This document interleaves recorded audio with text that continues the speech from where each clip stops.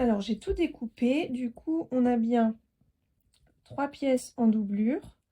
Donc, le dos et 2 devant. Exactement les mêmes en tissu principal. Donc, le dos et 2 devant. Juste une petite précision là sur mes pièces. En fait, la doublure, pour faire la doublure, j'ai recyclé une chemise d'homme. Donc là, il y a une poche ici. Elle n'est pas incluse dans le patron. Si vous recyclez un vêtement, vous pouvez tout à fait inclure une poche, mais ça n'a rien d'obligatoire. Donc pas de panique, il ne vous manque rien. Et également sur le dos, moi j'ai rajouté sur le côté un petit drapeau et mon étiquette de marque. Mais ça, c'est pareil, ça n'a absolument rien d'obligatoire. Donc, pour commencer l'assemblage, on va d'abord devoir reconstituer la doublure et le tissu, les solidariser en cousant endroit contre endroit au niveau de la couture d'épaule. Donc, ici et ici, ainsi que ici et ici. Et donc, bien endroit contre endroit.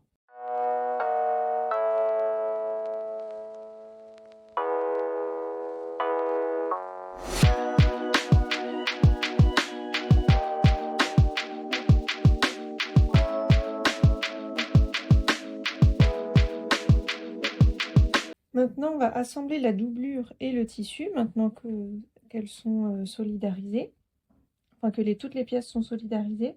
On va les assembler par le devant. On continue toute l'encolure et on termine par le deuxième milieu devant. On va coudre en une seule fois toute cette couture et uniquement cette partie. Et c'est bien endroit contre endroit. Moi, ce que je fais pour épingler, pour éviter d'avoir des décalages au début ou à la fin de mon épinglage, c'est que j'épingle à chaque fois les extrémités en premier. Donc là, j'épingle cet angle. Ensuite, je vais bien positionner celui-ci. Je l'épingle également. Et après, je travaille par milieu. Donc, je vais mettre une épingle ici, puis une ici, puis une ici. Il ne faut vraiment pas hésiter à mettre autant d'épingles que nécessaire pour que ça tienne et que vous soyez à l'aise.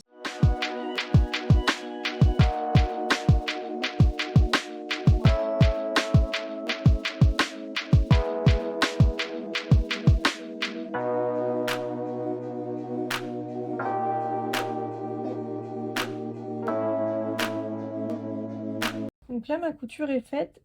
Je pourrais m'arrêter là, mais en fait, on va faire une toute petite manipulation supplémentaire pour qu'une fois qu'on retourne l'ouvrage, ce soit vraiment plus joli. On va vraiment, en fait, dégarnir et cranter l'encolure. Donc pour dégarnir, en fait, il faut enlever de la matière ici. Dans les angles, on va juste couper en diagonale, ce qui fait que quand on va retourner l'ouvrage, en fait, ça va bien se positionner à l'intérieur. La marge de couture, en fait, va se positionner à l'intérieur correctement. Et vous n'aurez pas un petit surplus de matière ici qui ferait que l'angle n'est pas vraiment, en angle droit, en fait. On fait ça des deux côtés.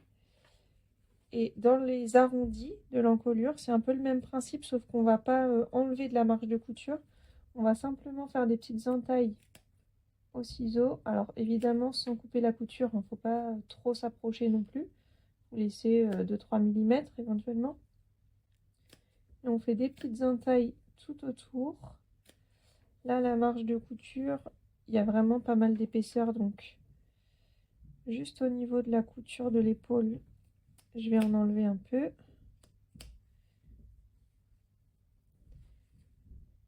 on fait ça tout autour.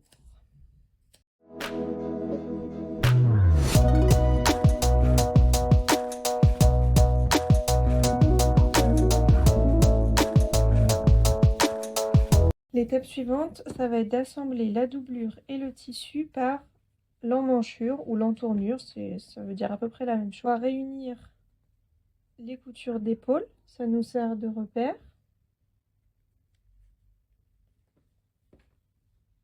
Hop.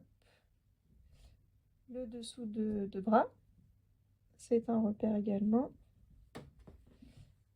Pareil de l'autre côté. Maintenant qu'on a positionné nos repères principaux, on peut épingler entre ces repères.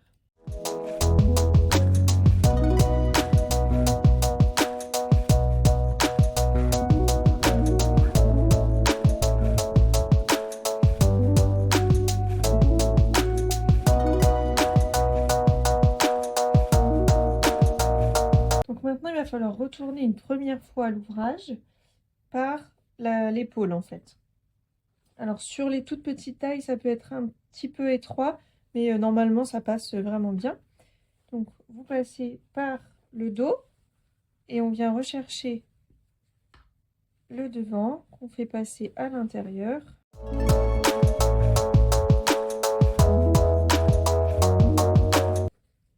Et là, on positionne bien l'angle du devant, on le retourne bien. Et vu qu'on a dégarni, on a vraiment un angle qui est bien à angle droit.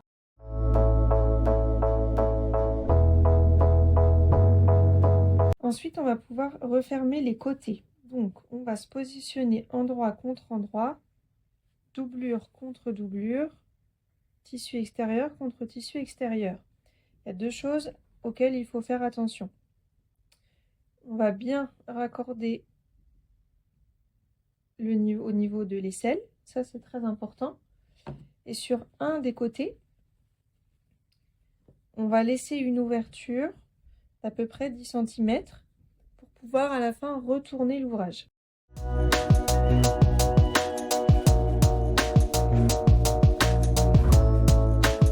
Donc à ce stade, on a quasiment terminé, tout est assemblé sauf donc le bas du gilet et l'ouverture qu'on a laissée sur un des côtés dans la doublure. Donc pour refermer le gilet, il va falloir qu'on vienne prendre endroit contre endroit la doublure et le tissu. Donc pour ça, en fait, on va tout retourner.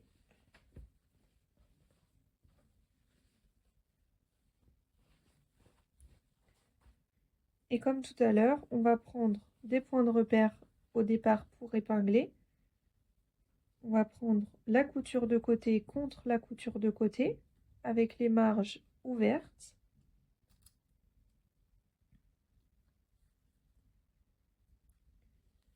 On fait la même chose pour l'autre côté.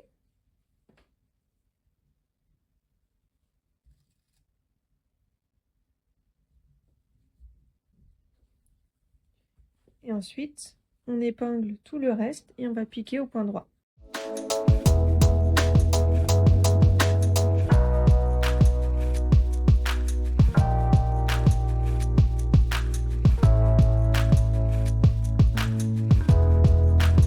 Et là, une dernière fois, on a des angles droits, donc on va dégarnir les angles et ensuite on va pouvoir retourner tout l'ouvrage en passant par l'ouverture qu'on avait laissée.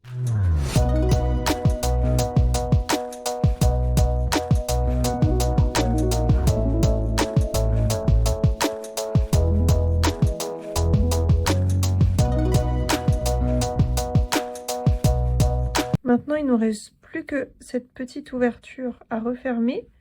Donc normalement, si vous vous mettez bien à plat, que vous pincez comme ça, hop, ça se positionne assez naturellement. On va maintenir avec des épingles temporairement. Pour refermer, vous pouvez au choix faire une piqûre au point droit juste au bord. Néanmoins, moi je vous le recommande pas trop parce que bon, c'est un peu dommage d'avoir fait un gilet tout doublé avec aucune couture apparente pour finalement laisser une couture ici. C'est un petit peu moins joli. On va plutôt faire un point invisible. Pour le point invisible, en fait, il faut imaginer, donc là vous avez l'épaisseur, on va dire, du dessous et ici l'épaisseur du dessus. Il faut imaginer un peu comme la muraille d'un château fort. On va piquer en dessous, ressortir, au même niveau, piquer au-dessus, ressortir, au même niveau, piquer en dessous, ressortir, et ainsi de suite. C'est vraiment de cette façon que vous allez avoir un point complètement invisible. Autre petite astuce pour faire le nœud, parce que je sais que mes élèves me demandent très souvent comment faire un nœud propre. En fait, moi, mon fil, il est doublé. Donc, j'ai une boucle ici et il est doublé dans mon aiguille. Donc, je vais le planter dans le tissu un tout petit peu avant l'ouverture.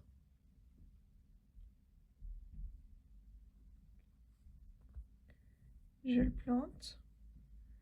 Je ne le ressors pas. Ici, j'ai ma boucle, du coup, vu que mon fil est doublé. Je passe l'aiguille dedans et je serre.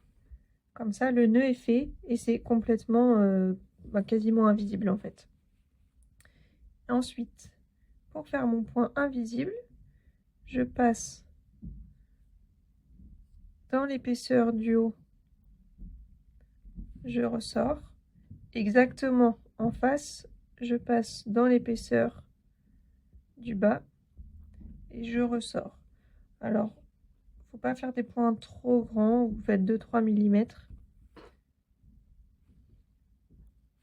Et après, on serre un petit peu, mais pas trop. Ça, c'est vraiment... de toute façon, vous allez le voir. Hop, en haut, je ressors.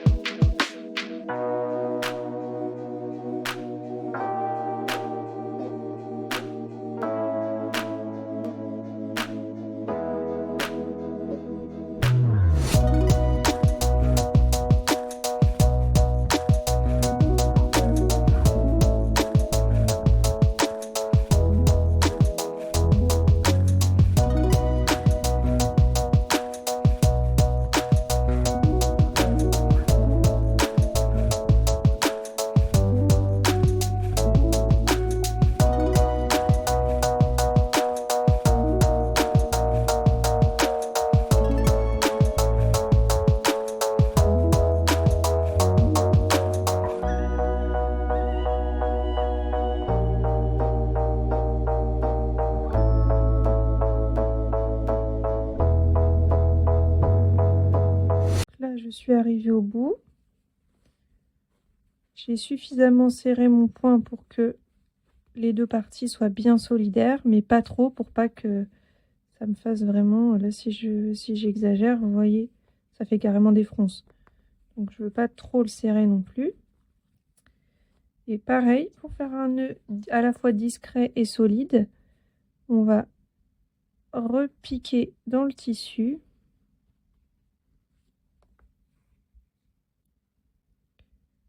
Sans complètement fermer la boucle. Et là, je passe une fois dedans, une seconde fois dedans.